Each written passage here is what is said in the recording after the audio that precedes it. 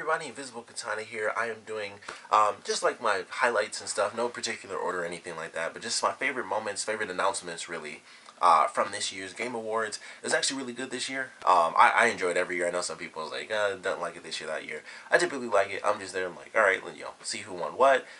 Always see the world premieres. They didn't do the where like every time they do the world premiere they have the person go like world premiere. They actually took that out this year. I thought that was funny because I heard another YouTuber actually mention that, so it was really funny when it first came up and it was just the word and not the voice doing it. I was like, oh, that's actually weird. But I really enjoyed this year. They had the orchestra thing. I actually thought that was awesome. That was, they always have like some musical performance, and I thought that was really cool that they did that. And it was like scores from all the different games all together, and they would, kind of blend them. I really enjoyed that. I was like, oh, that's actually really cool. It's not just like, a classic song that we know.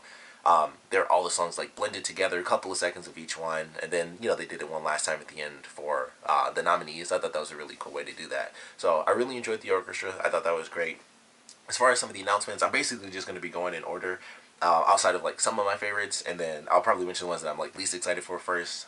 So that's like my minute order, but nothing like 10 to 1 or anything like that. But Dreams by Media Molecule, that looked interesting. It seems like they are, I don't know how, but somehow they're making an even greater expansion on what they've already done with the Little Big Planet games, because Little Big Planet comes out and then 2 comes out, it's like, oh, you can do this now, and then 3 comes out and it's 4 players, and it's just like, all right, every time they do it, it gets crazier. Of course, they had Little Big Planet Racing, and it's just like, all right, they building up more and more, and now it almost seems like it's everything that they've learned plus 100 more brand new things, and it's like, it seems like it's open world. You really can fully make your own character, so I thought that was really cool. But it still looked like Little Big Planet. Some of the way they did it, like some of the circles and how they were adding little spray paint and stuff like that, I was like, that still looks like Little Big Planet. So it's still like that same essence there. It's just on a much grander scale, and it was like, build your world and make different types of games and stuff. And if I remember right, we've seen this. I mean, I don't know if that was PSX last year. It must have been, because I remember seeing this before and I was like, wow, this looks insane.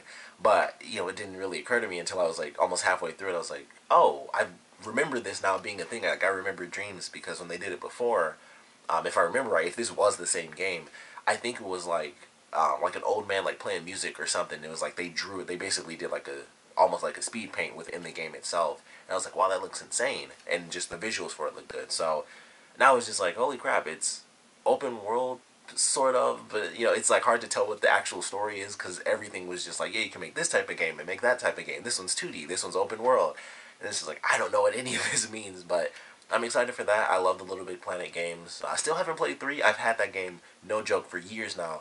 That thing is still in the plastic. I have not put it in my PlayStation 4 yet, so that's that. But I do love the first 2 games, played the crap out of those, made some levels and everything. But looking forward to this. It definitely looks cool, so I certainly enjoyed that.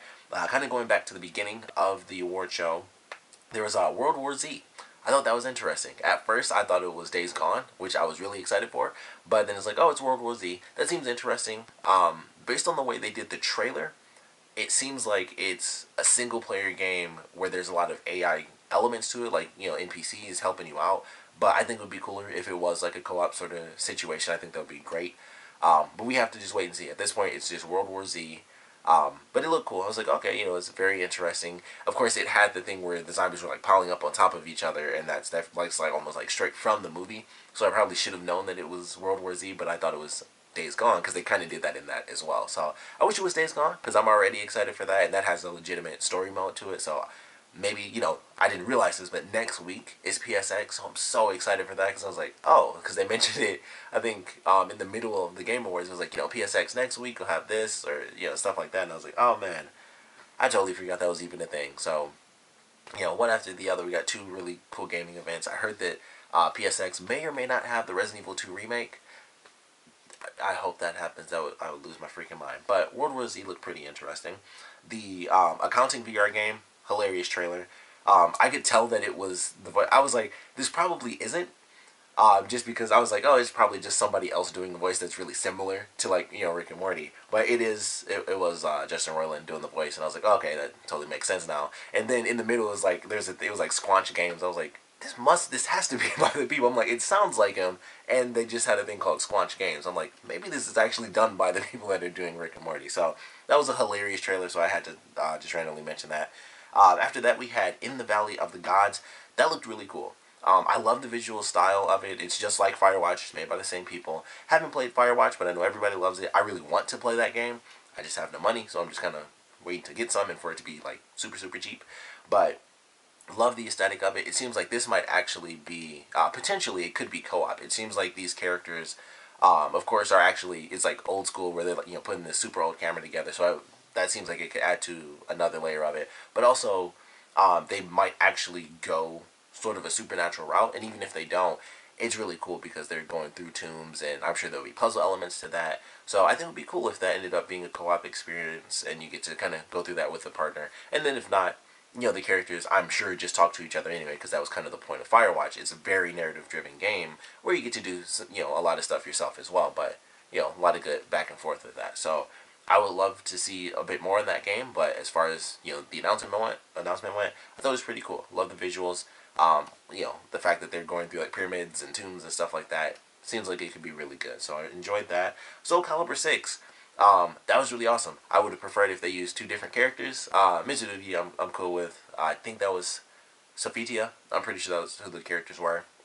I love Maxi. That's the dude who uses like the nunchucks. I would have loved to have seen him or Keelik, who is like the guy with the bow staff. Those two, I would have preferred to have seen just because those are like my favorite characters. But another Soul Calibur game is coming out. I haven't played Soul Calibur since like I don't think I've played Soul Calibur since 4. I don't think I ever played 5. So Soul Calibur 6 is coming out. The visuals look great, so it's kind of crazy because every once in a while with Soul Calibur, like Tekken, I feel like comes out all the freaking time. Tekken comes out all the time. Street Fighter comes out less frequently, and then Soul Calibur is like that super rare thing that never seems to come out. It's just like every like 6 years there's a new Soul Calibur game, so it's like it always looks insanely better compared to the last one. But thought the visuals look pretty good, and I am curious to see more on it, see how it kind of changes up. Like I said, I didn't even play the last one, so I don't know if I'll end up picking this one up or not. But I do love Soul Calibur, like the old ones I used to play like crazy on Dreamcast. So that was just really cool. A new Soul Calibur game is always great.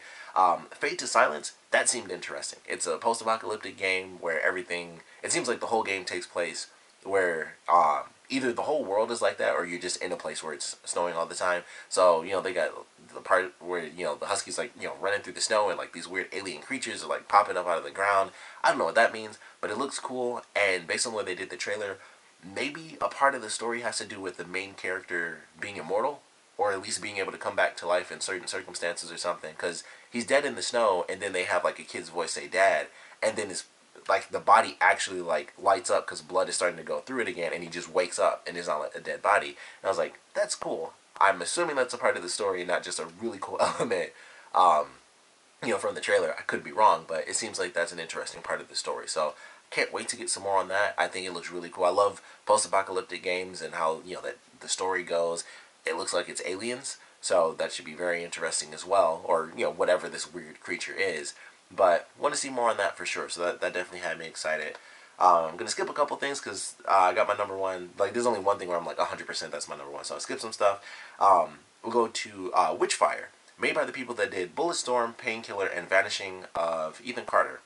I love Bulletstorm. I've never played the other two games, but Bulletstorm is amazing. Like, I played it years ago. Like, I didn't play the remake, but I played it like a long time ago. Like, it was like the first game I ever bought on Steam years ago. I think that was before I was even in college.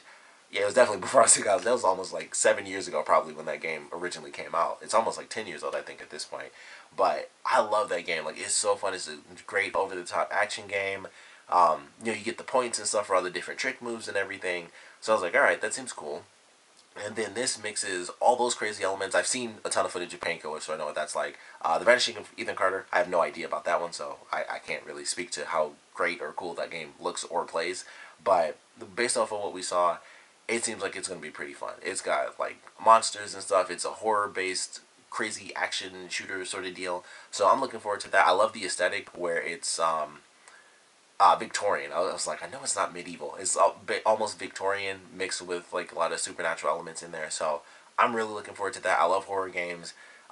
I love the idea of it being from the creator of Pain, or not Painkiller, but Bulletstorm, and what I've seen of Painkiller, just crazy action wise. So I think we should be in for something pretty cool there, like story wise and gameplay wise. Seems like that should be pretty entertaining. So I'm definitely looking forward to that.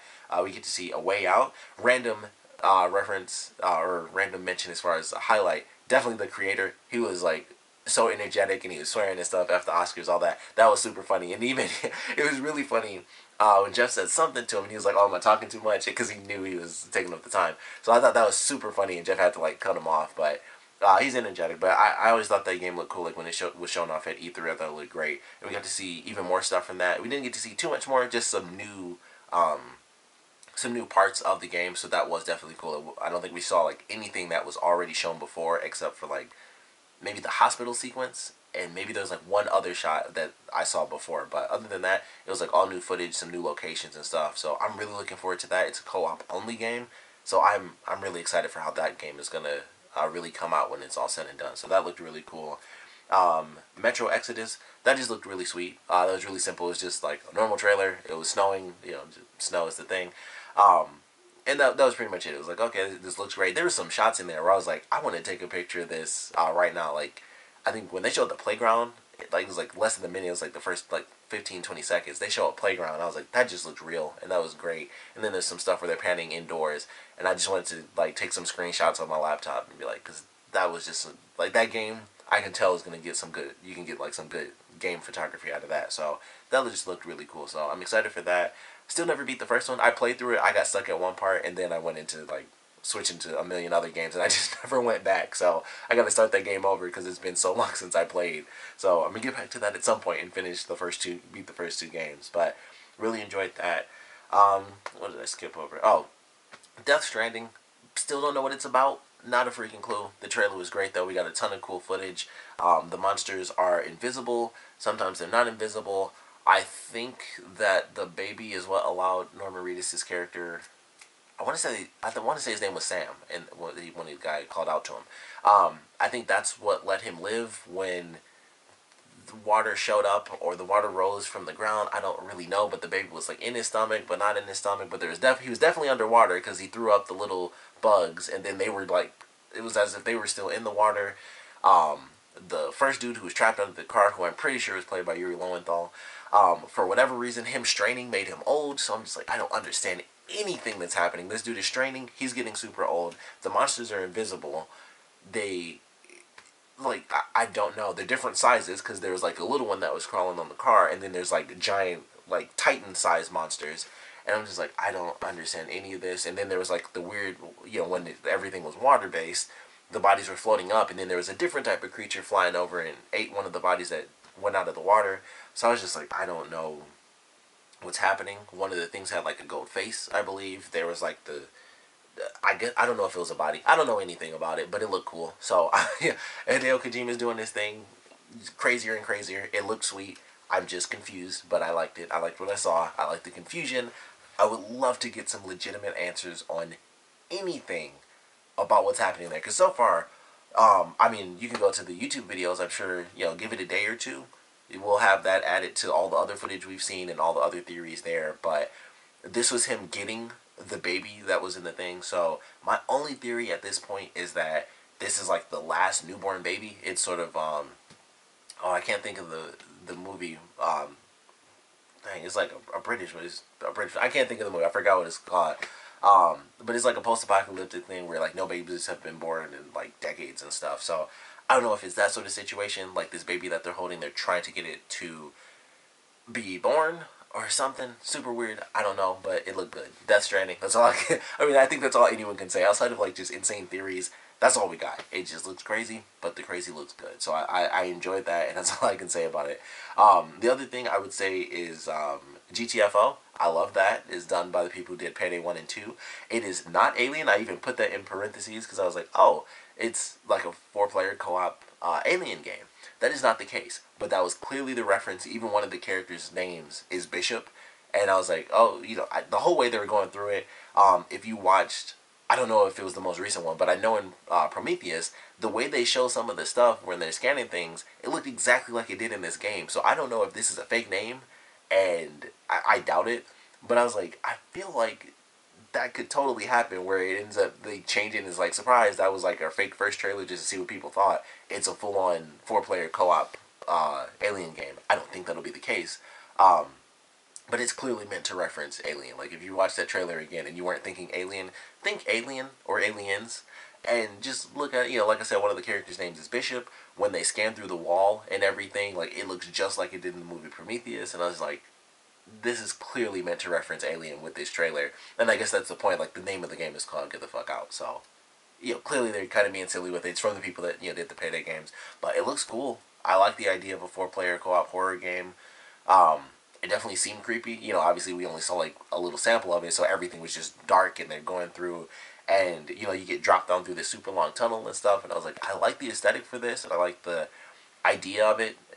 But we'll have to kind of see how it plays out. Gameplay wise, how tough are the enemies?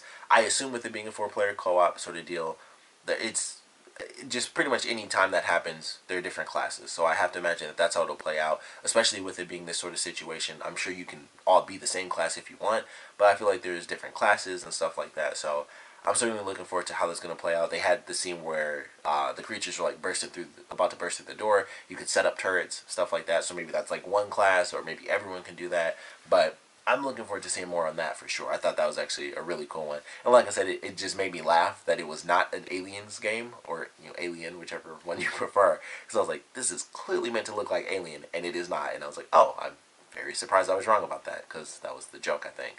But all those were really good. And then my number one thing is just because I'm a huge fan of this franchise. Bayonetta 3 was announced, and I lost my mind. Like, they did, it was like, oh, Bayonetta 1 and 2 were coming, and I was like, oh, that's cool. People who still somehow are crazy and have not bought those games, they can now get it on the Switch. The one thing I didn't like, for people who have to get it on the Switch, it did say that Bayonetta 2 you could buy, but it came with a code for a full game download of Bayonetta 1. And I think at this point, everyone kind of knows the whole deal with like, oh, if you download one game on the Switch, you lost a lot of space, because it comes with a very small micro SD card. So of course, you can buy one and you'll be fine. But if you like don't know that sort of thing, or you're just like a casual gamer or whatever, that could be a random issue for you. I would highly recommend getting Bayonetta though if you have not played it. So far you can only get those 2 games. Well, you can only get the second one on the Wii U. You can get the first one on like pretty much everything. It's on the PS3, 360. It's on PC now at like 1080p and 60 frames. But Bayonetta 1 and 2 are coming out on the Switch, and I was like, oh, well, that's cool for people that are getting that. And then they talk about having another announcement, which I've heard that Nintendo had like bought a bunch of seats to give away to like fans and stuff. So it was like something has to be shown. I was surprised that it was Bayonetta, and it wasn't like another like Metroid or something, more footage for Metroid. But man, I would tell you, I loved the crap out of that.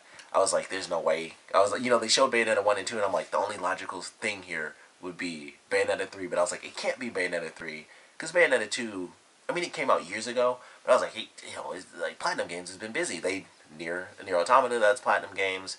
I think that may have been the only one that they did, actually, now that I think about it. I want to say the Ninja Turtles game came out after, yeah, I'm pretty sure that came out after Bayonetta 2, but it's just like, there's no way they're, ready to talk about Bayonetta 3, and that footage came up, and I think it showed the moon. It was the first footage. I was like, it's Bayonetta 3. Like, they did 1 and 2 coming out on the Switch in February, and then Bayonetta 3. So I can't wait for that.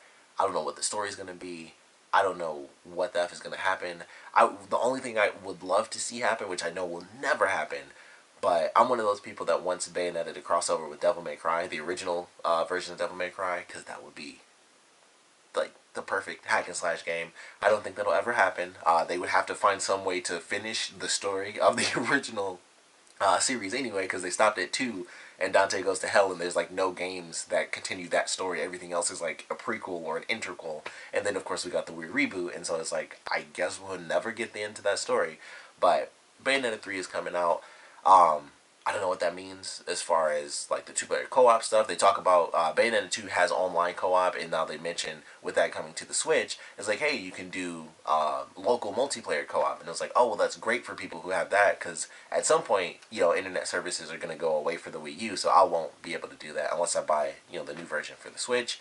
So that's kind of cool, where people who buy the Switch version of Bayonetta 2 will always have that multiplayer component, and it's just like, hey, just bring your Switch over and we can do the multiplayer mode. So that's cool to have that concept there for when years down the line they basically cut servers for that sort of deal. So I thought that was actually cool, just because that's one of the elements of the Switch. But Bayonetta 1 and 2 are coming. Pick those up if you got a Switch and you never played either. Highly recommend it.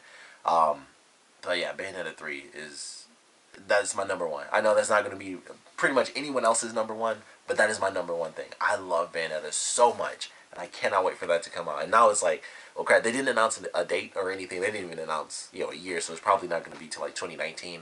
But man, I was like, once I saw that, I was like, okay. Splatoon 2 was already my thing, where I was like, I have to get a Switch for Splatoon 2. And now Bayonetta 3 is coming out, so I will have a Switch. Either on that day or before that day, I will have my Switch, because I'm getting Bayonetta on day one. That is like guaranteed. I'm getting Bayonetta 3. So super excited for that. I know that's probably crazy. Like I said, a lot of people like Bayonetta, but I don't think a lot of people like Bayonetta like I do, because it's one of my favorite games. Like, it's one of my favorite franchises. It's top 5 for me for sure.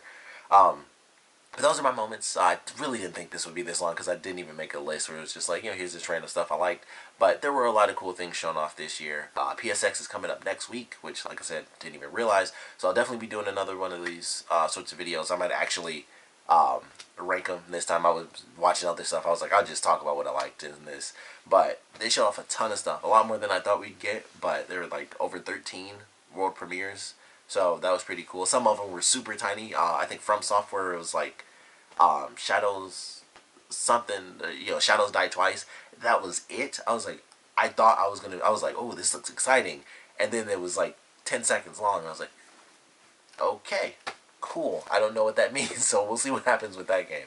But I enjoyed the Game Awards this year. We'll love to know what your favorite moments were from the award show, whether it was the announcements, or just who won what category, what you thought deserved to win, what you would have switched up, stuff like that. So please comment below. Let me know your favorite parts about the awards this year, your least favorite parts even.